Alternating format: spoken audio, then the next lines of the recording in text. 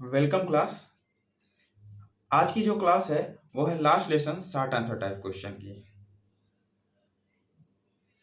आप अपनी अपने अध्ययन को आगे बढ़ाने के लिए प्लेलिस्ट में जाइए और इसके पहले इस शॉर्ट आंसर टाइप यानी द लास्ट लेसन का आप हिंदी एक्सप्लेनेशन देख लीजिए। हिंदी एक्सप्लेनेशन देखने के बाद आप इस क्वेश्चन आंसर की सीरीज को देखिए। इससे आपको परीक्षा में तैयारी करने में मदद मिलेगी। चलिए चलते हैं अपने क्वेश्चन आंसर की तरफ, देख लेते हैं हमारा क्वेश्चन क्या है। तो हमारा जो पहला क्वेश्चन है what was the bulletin board. देखिए बुलेटिन बोर्ड के बारे में पूछ रहा है। What was the bulletin board.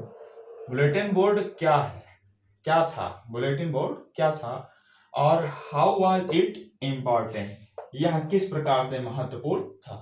पूछ रहा है बुलेटिन बोर्ड क्या था और बुलेटिन बोर्ड क्यों महत्वपूर्ण था। उत्तर देख लेते हैं, एकदम साफ और स्पष्ट उत्तर देंगे इसे। आंसर में देखिए the bulletin board was the क्या था, सेंटर ऑफ इंफॉर्मेशन था। क्या था, सेंटर ऑफ इंफॉर्मेशन, यानी कि यह सूचनाओं का केंद्र था। बुलेटिन बोर्ड क्या था, सेंटर ऑफ इंफॉर्मेशन। और कहां पर, नियर द टाउन हॉल, सभागार के समीप में। Town hall is equal to सभागार, ठीक है, टाउन हॉल के समीप में। एक बार फिर से देखिए, the bulletin board was the centre of information, bulletin board सूचनाओं का केंद्र था, नियर द टाउन हॉल, सभागार के समीप में। आगे देखिए क्वेश्चन नंबर इसी में मिला करके एक और क्वेश्चन पूछा गया है, हाउ वाज इट इंपॉर्टेंट। हमारा आंसर होगा फॉर द लास्ट 2 इयर्स, पिछले 2 वर्षों से all the bad news come from the bulletin board. देखिए पिछले 2 वर्षों से सभी के सभी जो बैड न्यूज थे, दुखद समाचार थे, वो कहां से आ रहे थे, बुलेटिन बोर्ड से आ रहे थे। सो इट वाज इंपॉर्टेंट, अतः यह महत्वपूर्ण था। तो यह हमारे पहले प्रश्न का उत्तर होता है कि बुलेटिन बोर्ड क्या था और बुलेटिन बोर्ड क्यों महत्वपूर्ण था। उम्मीद है कि आप सभी पढ़ते रहेंगे और अगले प्रश्न पर आगे बढ़ेंगे। चलिए बढ़ते हैं अपने दूसरे क्वेश्चन की तरफ। हम अपना दूसरा क्वेश्चन देख लेते हैं। देखिए क्या है क्वेश्चन है what did M Hamel speak first in the class. M Hamel ने सबसे पहले क्लास में क्या कहा, कक्षा में क्या कहा, दैट डे, उस दिन, अबाउट द लास्ट लेसन, अंतिम कक्षा के बारे में। एम हेमल ने अंतिम कक्षा के बारे में उस दिन क्या कहा। देखिए क्या कहा, आंसर देखिए, M Hamel speak first in the class. M Hamel ने सबसे पहले उस कक्षा में कहा, क्या कहा, उन्होंने कहा माई चिल्ड्रंस, मेरे बच्चों, this is the last lesson, यह अंतिम कक्षा है। My childrens, this is the last lesson, यह अंतिम कक्षा है। आई शैल गिव यू, जो मैं आपको दूंगा, यह मेरे द्वारा प्रदत्त की जाने वाली आपकी अंतिम कक्षा है। The order has come from Berlin, Berlin से आदेश आ गया है ना, बर्लिन से आदेश आ गया है। आप जानते हैं कि इनका देश अब गुलाम हो चुका है और बर्लिन के अधीन हो चुका है, तो बर्लिन से क्या आ गया है, आदेश आ गया है टू टीच, पढ़ाने का, क्या पढ़ाने का, ओनली जर्मन, सिर्फ और सिर्फ जर्मन भाषा पढ़ाने का आदेश आ गया है in school of Alsace and Lorraine, Alsace और लॉरेन के विद्यालयों में। अब सिर्फ और सिर्फ कौन सी भाषा पढ़ाई जाएगी, सिर्फ और सिर्फ जर्मन भाषा पढ़ाई जाएगी। और यह जर्मन भाषा उनके ऊपर जबरदस्ती इम्पोज कर दी गई है और या फिर थोप दी गई है। तो यह हुआ हमारा आंसर नंबर 2 और हम आगे बढ़ेंगे अपने क्वेश्चन नंबर 3 की तरफ। देखिए हमारा जो अगला क्वेश्चन है क्वेश्चन नंबर 3, तो क्वेश्चन नंबर 3 है what did M Hamel say when French reach to the school. When French reach to the school, what did M Hamel say, जब फ्रेंच स्कूल पहुंचा तब एम हेमल ने क्या कहा। ठीक है, देखिए आंसर देखिए, एम हेमल ने कहा when French reach to the school, जब फ्रेंच स्कूल पहुंचा। देखिए M Hamel say when French reach to the school क्या कहा। अब आंसर देख लीजिए, go to your place quickly little French, little French नन्हे French, go to your place quickly, अपने स्थान पर जल्दी से जाओ, लिटिल फ्रेंच छोटे फ्रेंच, क्योंकि देखिए वो फ्रेंच विद्यालय आने में, स्कूल आने में लेट हो गया था, इसीलिए एम हेमल क्या कह रहे हैं, एम हेमल उसको साधारणता या फिर बहुत विनम्र भाषा में कह रहे हैं। ठीक है, क्या कह रहे हैं, go to your place quickly little Franz, तो बहुत जल्दी से अपने स्थान पर चले जाओ नन्हे फ्रेंड। वी वर बिगनिंग, हम शुरुआत करने वाले थे, विदाउट यू, तुम्हारे बिना, मैं तुम्हारे बिना ही इस लेसन को, इस कक्षा की शुरुआत करने वाला था। ठीक है, तो ये हुआ हमारे थर्ड क्वेश्चन का आंसर। देखते हैं question number 3। What did Franz think after hearing about the last lesson? What did Franz think, French ने क्या सोचा, आफ्टर हियरिंग, सुनने के बाद, अबाउट द लास्ट लेसन, अंतिम कक्षा के बारे में सुनने के बाद। अंतिम कक्षा को सुनने के बाद फ्रेंच ने क्या सोचा? तो आंसर में देखिए, after hearing about the last lesson, अंतिम कक्षा के बारे में सुनने के बाद या पढ़ने के बाद, French felt very sad, French ने कैसा महसूस किया? बहुत ही दुखद महसूस किया। फेल्ट मतलब महसूस करना। फ्रेंच ने फेल्ट किया, बहुत ही दुखद महसूस किया। एंड दीज वर्ड, और ये शब्द वर्ड थे, और ये शब्द थे, लाइक की तरह, किसकी तरह थे? Thunder clap, thunder clap is equal to बिजली की कड़कड़ाहट। थंडर क्लैप का क्या मतलब है? बिजली की कड़कड़ाहट। ठीक है, तो बिजली की कड़कड़ाहट, ये शब्द उसके लिए बिल्कुल बिजली की कड़कड़ाहट के समान थे। फॉर हिम, उसके लिए। आगे देखिए, ही आल्सो थिंक, और उसने यह भी सोचा, that he had not enough learn about French language, that he had not enough learn, enough learn पर्याप्त रूप से, ठीक है ना, पर्याप्त रूप से ना पढ़, पर्याप्त रूप से पढ़ पाना, ठीक है, और नॉट इनफ लर्न पर्याप्त रूप से ना पढ़ पाना। उसने यह भी सोचा, ही आल्सो थिंक, उसने यह भी सोचा, that he had not enough learn, कि वह पर्याप्त रूप से नहीं पढ़ पाया है, about French language, French language के बारे में। ठीक है, उसने यह भी सोचा था कि वो बहुमुश्किलन ही अभी फ्रेंच भाषा को सीखना शुरू ही किया है, लेकिन वह पर्याप्त रूप से फ्रेंच भाषा को सीख नहीं पाया था। तो ये हुआ हमारे क्वेश्चन नंबर 3 का आंसर।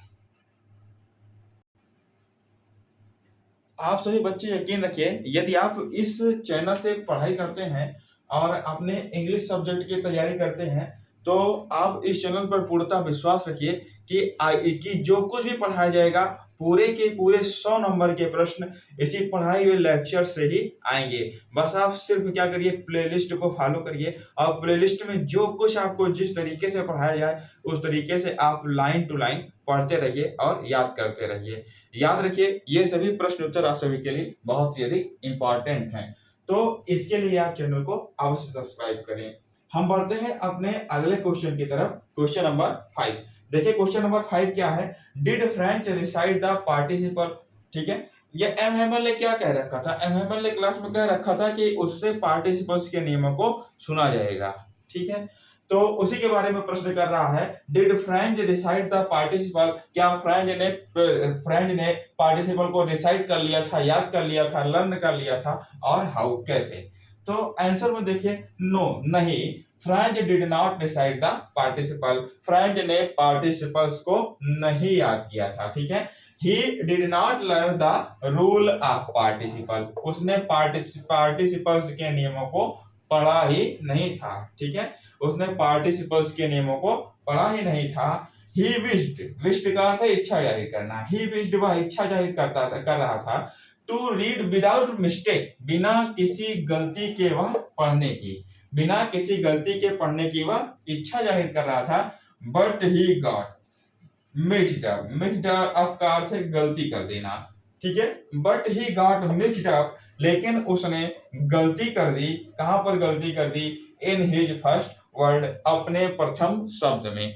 तो उसने क्या किया? उसने अपने प्रथम ही शब्द में गलती कर दी, और वह चाहता था कि वह बगैर गलती के पढ़ सके, क्योंकि यह उसकी अंतिम कक्षा थी, अंतिम लेसन था।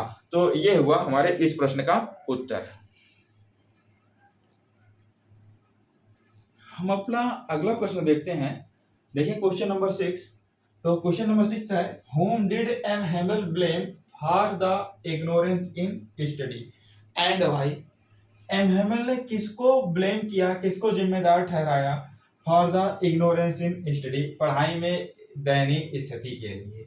ठीक है, पढ़ाई की खराब स्थिति के लिए, या फिर इग्नोर करने के लिए, नजरअंदाज के लिए किसको जिम्मेदार ठहराया एंड व्हाई और क्यों। आंसर देखिए, एमहेमएल ने किसको ब्लेम किया, हिमसेल्फ, ये स्वयं को जिम्मेदार ठहराया, एज वेल एज और के साथ साथ किसको, फ्रेंच पेरेंट्स, फ्रेंच के पेरेंट्स यानी कि उनके अभिभावक उसके माता पिता को जिम्मेदार ठहराया। क्यों जिम्मेदार ठहराया, क्योंकि फ्रेंच के अभिभावक उसे मिल में कार्य करने के लिए भेज दिया करते थे इंस्टेड ऑफ लर्निंग, पढ़ने के बजाय। ठीक है, देखिए for the ignorance in study, पढ़ाई में दयनीय स्थिति के लिए एमहेमएल ने स्वयं को और फ्रेंच के पेरेंट्स को जिम्मेदार ठहराया, बिकॉज क्योंकि his parents were not anxious enough for learning, उसके parents were not anxious enough पूर्ण रूप से जागरूक नहीं थे फॉर लर्निंग, पढ़ने के लिए। ठीक है, पढ़ने के लिए उसके माता पिता पूर्ण रूप से जागरूक नहीं थे। एंड एमहेमएल सेंड हिम, और एमहेमएल भी उसको भेज दिया करते थे, कहाँ भेज दिया करते थे, to water in his flower, उनके लगाए हुए पौधों में, फूलों के पौधों में पानी डालने के लिए एमहेमएल स्वयं भी फ्रेंच को कभी कभार भेज दिया करते थे पढ़ने के बजाय। तो ये हुआ हमारा क्वेश्चन नंबर 6 का आंसर। तो इसी तरीके से पढ़ते रहिए और आगे बढ़ते रहिए। आइए बढ़ते हैं अपने अगले आंसर की तरफ। देखिए question number 7, what did M Hamel say about the language and its importance.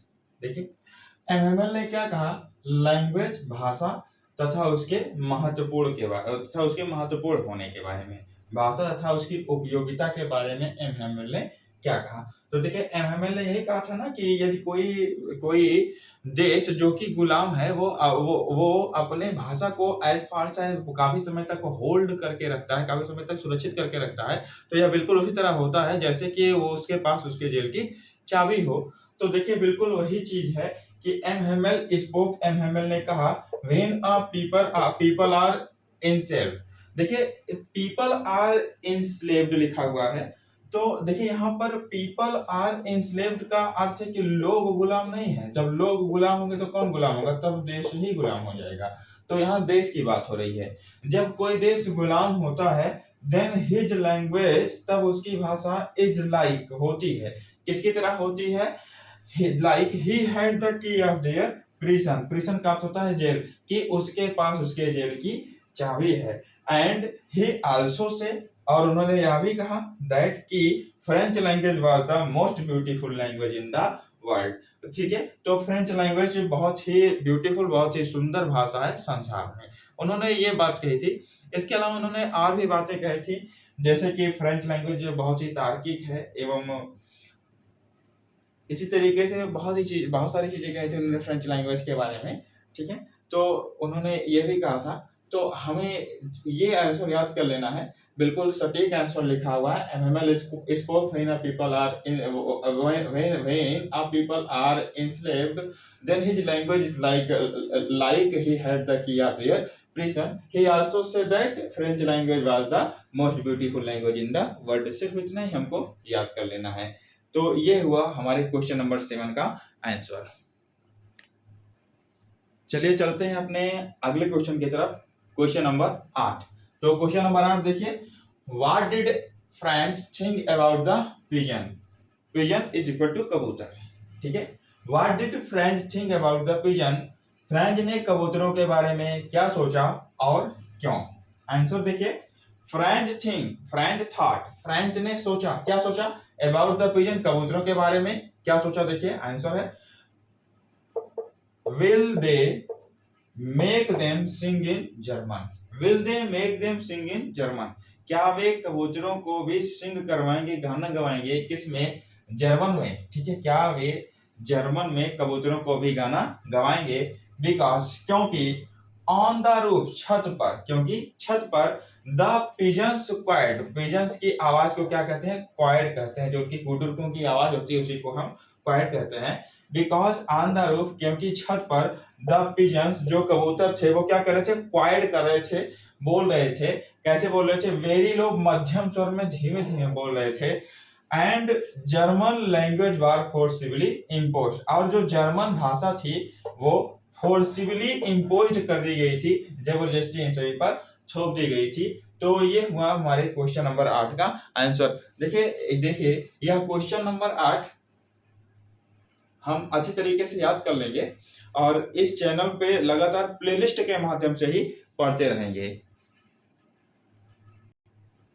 मेरे द्वारा पढ़ाए गए इस चैप्टर से रिलेटेड सभी के सभी टॉपिक्स या सभी के सभी वीडियो बारी बारी से आप सभी के लिए यहाँ पर प्लेलिस्ट में आई बटन पर आएंगे। तो आपने जो भी वीडियो नहीं पढ़ा हुआ है, जो भी लेक्चर नहीं पढ़ा हुआ है, आप उस लेक्चर को उस आई बटन पर क्लिक करके पढ़ सकते हैं। आगे आइए हम देखते हैं अपना क्वेश्चन नंबर 9। क्वेश्चन नंबर 9 है, what did M Hamel observe there at last? M Hamel ने क्या ऑब्जर्व किया, किस चीज का निरीक्षण किया, क्या देखा एट लास्ट, अंत में? तो देखिए क्या चीज ऑब्जर्व कर रहे हैं, क्या चीज ध्यान से देख रहे हैं। तो M Hamel observed first at one thing. M Hamel ने सबसे पहले प्रथम वस्तु को देखा, ऑब्जर्व किया। फर्स्ट एट वन थिंग, पहले प्रथम वस्तु का निरीक्षण किया, अच्छे से देखा उन्होंने प्रथम वस्तु को। देन एट अनदर, उसके बाद द्वितीय वस्तु को देखा, दूसरी वस्तुओं को देखा। एज इफ, जैसे कि वो जैसे कि ही वांटेड टू फिक्स, जैसे कि वह चाहते हो कि वह फिक्स कर ले, बसा ले, इन हिज माइंड, अपने मस्तिष्क में, जस्ट हाउ एवरीथिंग लुक्ड, जैसे कि सभी चीजें दिख रही थी। In that little school room, उस छोटी सी स्कूल की कक्षा में। उस छोटी सी स्कूल की कक्षा में जो चीजें जिस प्रकार से दिख रही थी, एम हेमल ठीक उसी प्रकार से उन सभी वस्तुओं को अपने मस्तिष्क में बसा लेना चाहते थे, क्योंकि वह उनकी अंतिम कक्षा थी, यही कारण था।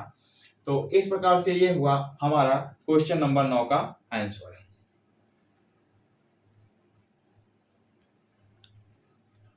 चलिए आगे बढ़ते हैं हम अपने अगले प्रश्न की तरफ। देखिए प्रश्न नंबर 10 देखिए, व्हाट हैपन, क्या हुआ, व्हेन चर्च क्लॉक स्ट्रक 12, जब चर्च की घड़ी में 12 बजे। जब चर्च की घड़ी में 12 बजे तब क्या हुआ? उत्तर देखिए, when the church clock struck 12, जब चर्च की घड़ी में 12 बजे, देन, तब, एट द सेम मोमेंट, बिल्कुल उसी क्षण पर, the Trump's of person, Trump's का अर्थ होता है तुरही की आवाज। वास्तव में आप जानते हैं जो युद्ध में बिगुल बजता है उसी की आवाज को तुरही की आवाज कहते हैं। ठीक है, तो बिल्कुल उसी प्रकार की आवाज को सुनाई पड़ती है, उसी को तुरही की आवाज कहते हैं। तो ट्रम्प्स का अर्थ है तुरही की आवाज। एट द सेम मोमेंट, उसी क्षण पर, the Trump's of Persian sounded under window, जो तुरही की आवाज थी पर्सिया के सैनिकों की, वो खिड़की से अंदर आई कि अब समय हो गया है। M Hemal stood up, M Hemal खड़े हुए, इन ही चेयर, अपने चेयर पर। एम हेमल अपने चेयर पर खड़े हुए, एंड रोट, और लिखा, क्या लिखा, ऑन द ब्लैक बोर्ड पर लिखा, विवे ला फ्रांस, उन्होंने इस वाक्य को लिखा, विवे ला फ्रांस। वास्तव में यह है उनके यहाँ का ध्येय वाक्य होगा, कुछ कोटिंग होगी, तो उसी वाक्य को उन्होंने लिखा, विवे ला फ्रांस। ठीक है, तो इस प्रकार से हमारा आज का यह लेक्चर समाप्त होता है। उम्मीद है कि आप इस चैनल पर अच्छे से पढ़ते होंगे।